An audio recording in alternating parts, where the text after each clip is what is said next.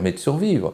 Alors, bien entendu, et c'est tout le dilemme du politique, à partir du moment où on est soumis à des règles communes, il faut des instances, des institutions et aussi des instruments de coercition et d'obligation pour vous amener à vivre ensemble, pour vous contrôler votre coexistence, pour l'aménager. Et bien sûr, cela veut dire un peu plus de bureaucratie. Mais avoir peur d'une bureaucratie mondiale aujourd'hui est à peu près l'équivalent de la peur que pouvait susciter à la fin du XIXe siècle la naissance d'un état de bien-être. Est-ce que finalement l'usager dans nos pays du Nord viendrait à se plaindre de la lourdeur de ces administrations qui permettent quand même à chacun d'entre nous de nous faire soigner, de nous faire éduquer, de nous faire survivre dans le confort et en tous les cas dans la sécurité. La moitié de ces décisions pratiques qui permettent au monde de tourner sont prises à Genève, dans les organisations internationales qui sont les ministères planétaires. Une planète sans gouvernement, ou plutôt affligée de 200 gouvernements concurrents. La fin de la guerre froide, puis de la brève hégémonie états-unienne ont laissé un vide. La question à 1 million de milliards de dollars, c'est comment le remplir ? Lorsqu'elle ne chante pas, Alioz est étudiante en sciences politiques.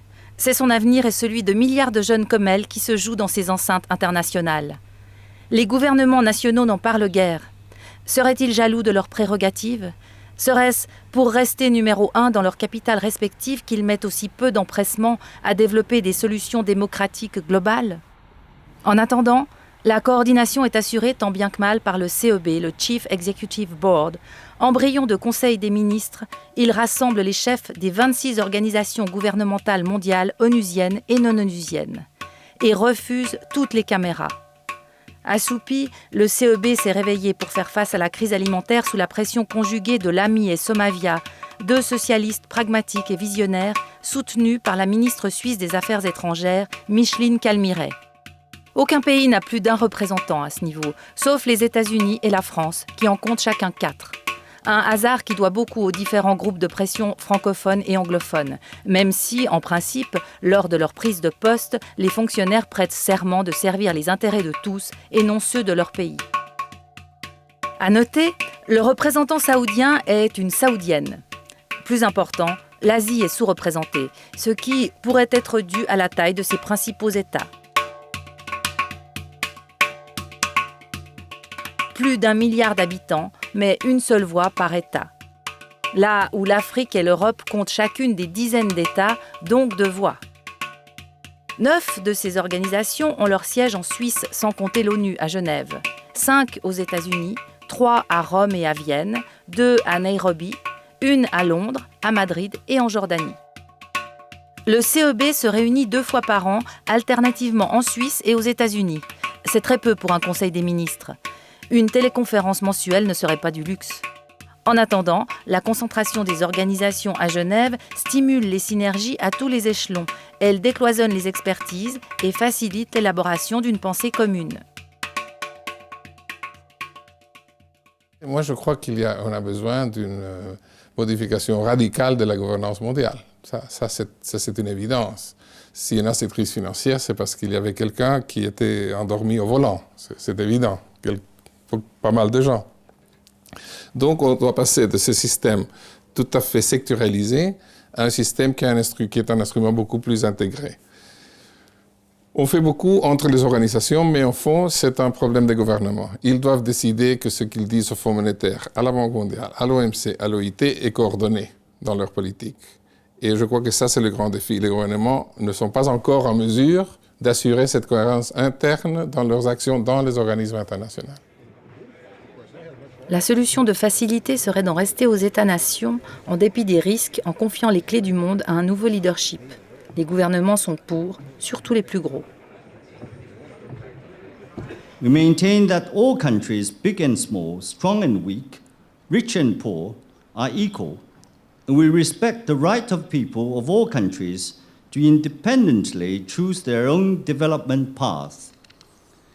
We seek peaceful settlement of international disputes and hotspot issues, and greater international regional security cooperation. As you may know, China and the United States have agreed to build a positive, cooperative, and comprehensive relationship for the 21st century. In the first meeting of the China-US Strategic and Economic Dialogues held last month, produced important common understanding between the two sides on a host of bilateral and major global issues. Est-ce que c'est un souhait des gouvernements de ne pas donner plus de moyens à l'OMC ? C'est vrai que les membres de l'OMC veulent un secrétariat qui est petit et efficace.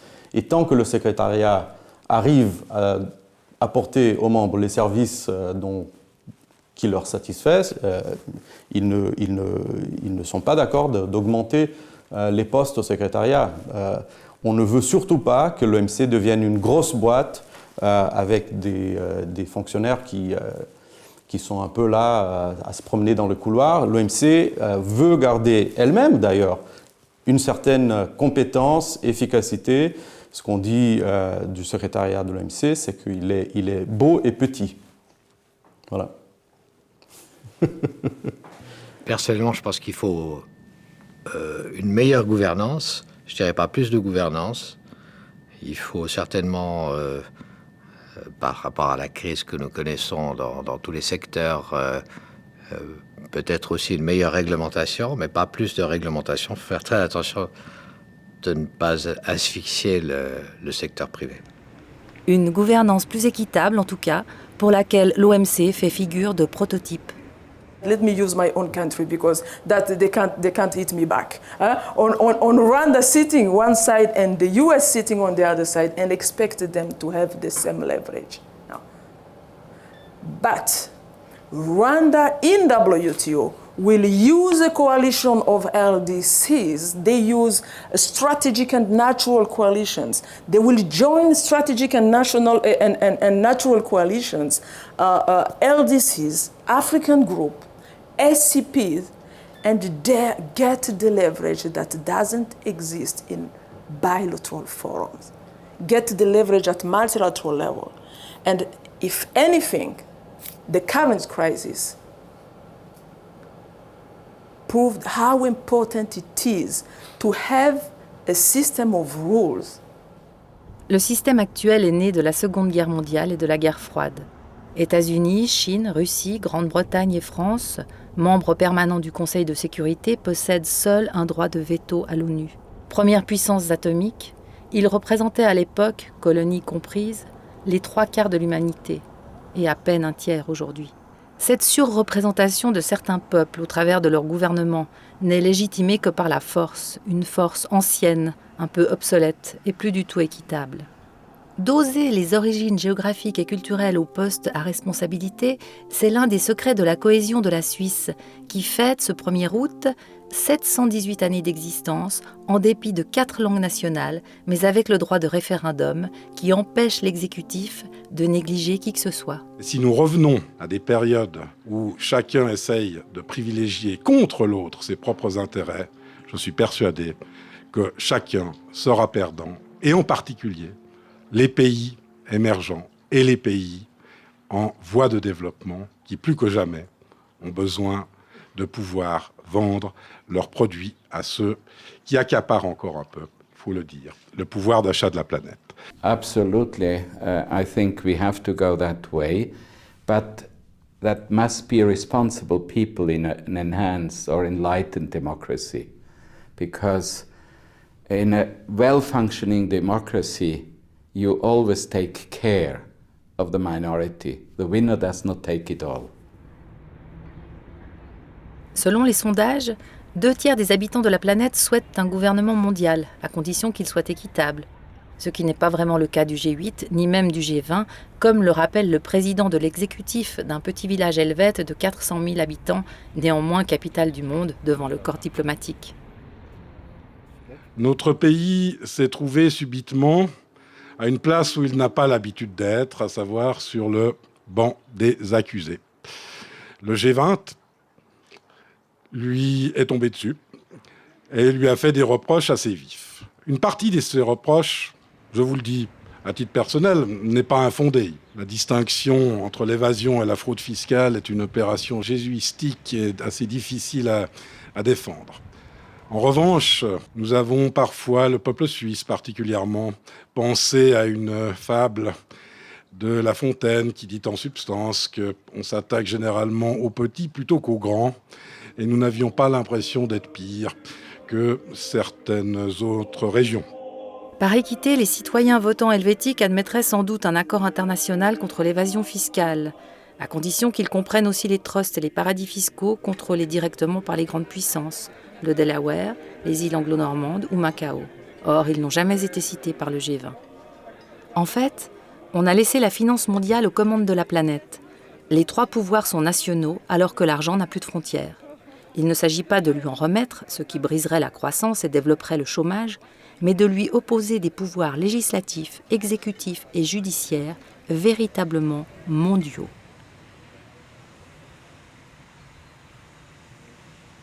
La tâche est immense, et mieux vaut être en forme pour tenir le rythme effréné des conférences qui s'enchaînent, jour après jour, au plus haut niveau.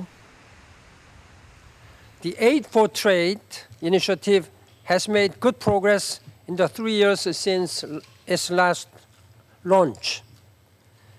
The April G20 summit pledge of $250 billion for trade financing could lead to a significant increase in the $25 billion that Aid for Trade received in 2007.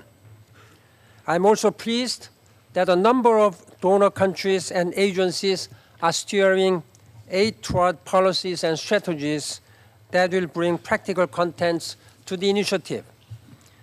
Government leaders need to recognize that they're playing with fire.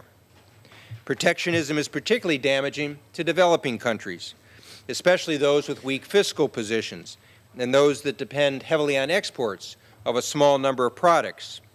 Garments, for example, comprise more than 3/4 of Bangladeshi and Cambodian exports. So even when global growth recovers, protectionist actions that prevent developing countries from benefiting from that pickup will protract the suffering. This need for restraint against trade barriers applies just as much to developing as high-income countries. South-South trade is becoming increasingly important. 1/3 of Africa's exports go to developing countries. Traditionnel, surtout dans cette enceinte, de dire tout le mal qu'on pense des politiques protectionnistes, des échecs auxquels elles ont conduit. L'histoire en est pleine. Des exemples que nous avons tous sous les yeux où, pour des raisons politiques que chacun comprend, il est souvent bien difficile sur le terrain de résister à la pression de ses électeurs. Ce que je voudrais souligner pour ma part, c'est une sorte de protectionnisme nouveau qui rentre par la fenêtre quand on a réussi à contenir ou à limiter ce qui est protectionnisme sur les biens et sur les services, se crée aujourd'hui un protectionnisme financier.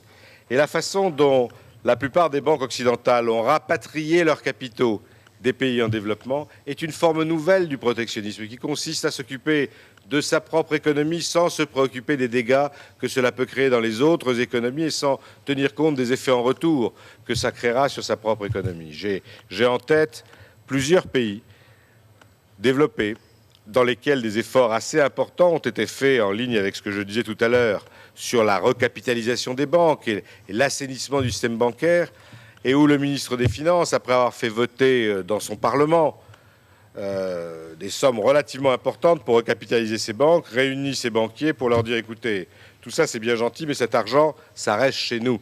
Vous n'en servez pas à l'extérieur. » Eh bien, cette forme de nouveau protectionnisme menace. Il est plus difficile à mettre en évidence, il est aussi plus difficile à combattre, mais il menace tout autant que le protectionnisme traditionnel, avec les mêmes conséquences néfastes. Si les gouvernements sont coincés par leurs égoïsmes nationaux, le microcrédit finance, depuis Genève, l'aide au développement sans créer de complexe d'assister. Pas de donateurs, mais des investisseurs, et tout le monde y trouve son compte. L'idée de la Grain Bank, qui est une idée, alors là, elle, tout à fait géniale, c'est de dire il suffit d'avoir très peu d'argent, mais de l'argent que l'on fait rouler de manière extrêmement rapide. Pourquoi ? Parce qu'on va prêter à des gens et au bout de 2 mois ou de 3 mois, ils me remboursent. Et donc je peux reprêter à des gens. Et donc la même somme va être prêtée à 4 personnes différentes pendant l'année. Bon, ça c'est excellent. La redistribution de l'épargne par le système bancaire va beaucoup dans le sens d'optimiser tous les secteurs qui œuvrent pour un développement durable.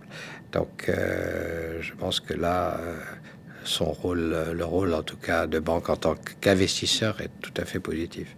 L'idée de créer un produit d'investissement, un véhicule d'investissement qui soit capable de relier le marché des capitaux avec la problématique du développement et de la microfinance a été conçue à la CNUSED dans le cadre de la Microfinance Unit, dirigée à l'époque par Franck Grosel. Et c'est comme ça qu'est progressivement née l'idée de créer un outil d'investissement pour investisseurs soucieux d'impact social.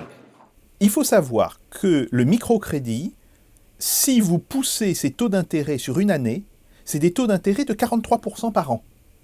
Vous connaissez beaucoup de gens qui sont capables de s'endetter à 43% par an?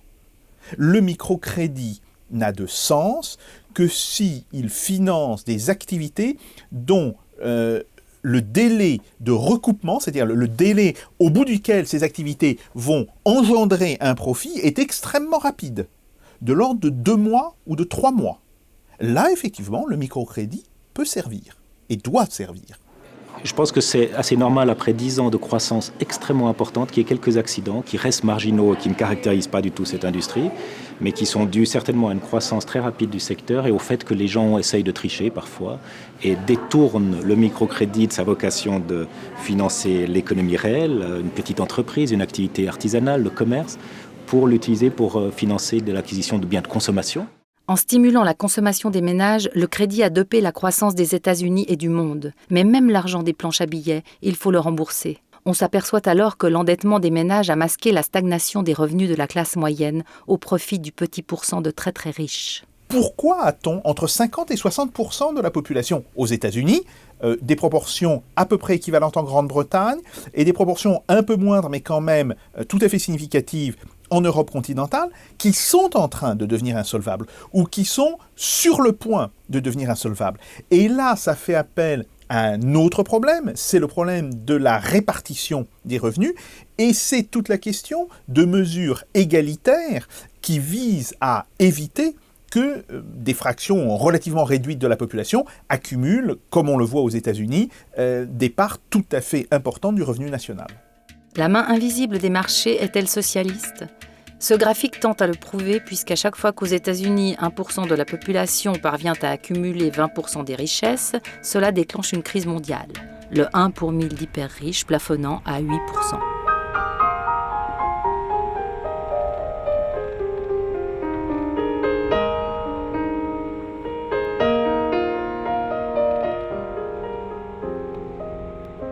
Regarde les flocons qui ne tombent pas. Même l'hiver est malade, il a chopé froid. Regarde dans nos rues les fourmis qui consument la terre après tout empire. Regarde nos nouvelles qui ne changent pas. Pour le bien de l'État, la mort d'un soldat. Regarde ces ados qui chantent et qui rient. Ils bloquent la ruelle au nom de la vie. La pluie d'argent public investi dans l'économie pour faire face à la crise n'a qu'un but. Remettre de l'essence dans le moteur de l'avion croissance pour lui permettre de redécoller. Mais si aucun problème de fond n'est réglé, les mêmes causes produiront les mêmes effets. Seuls quelques artistes osent encore le dire, comme Gianni Motti, qui fait pleuvoir des billets de banque, bien réels cette fois, au cours de ses performances. Toutes les économies d'échange sont fondées sur un motif important qui est la volonté d'enrichissement individuel.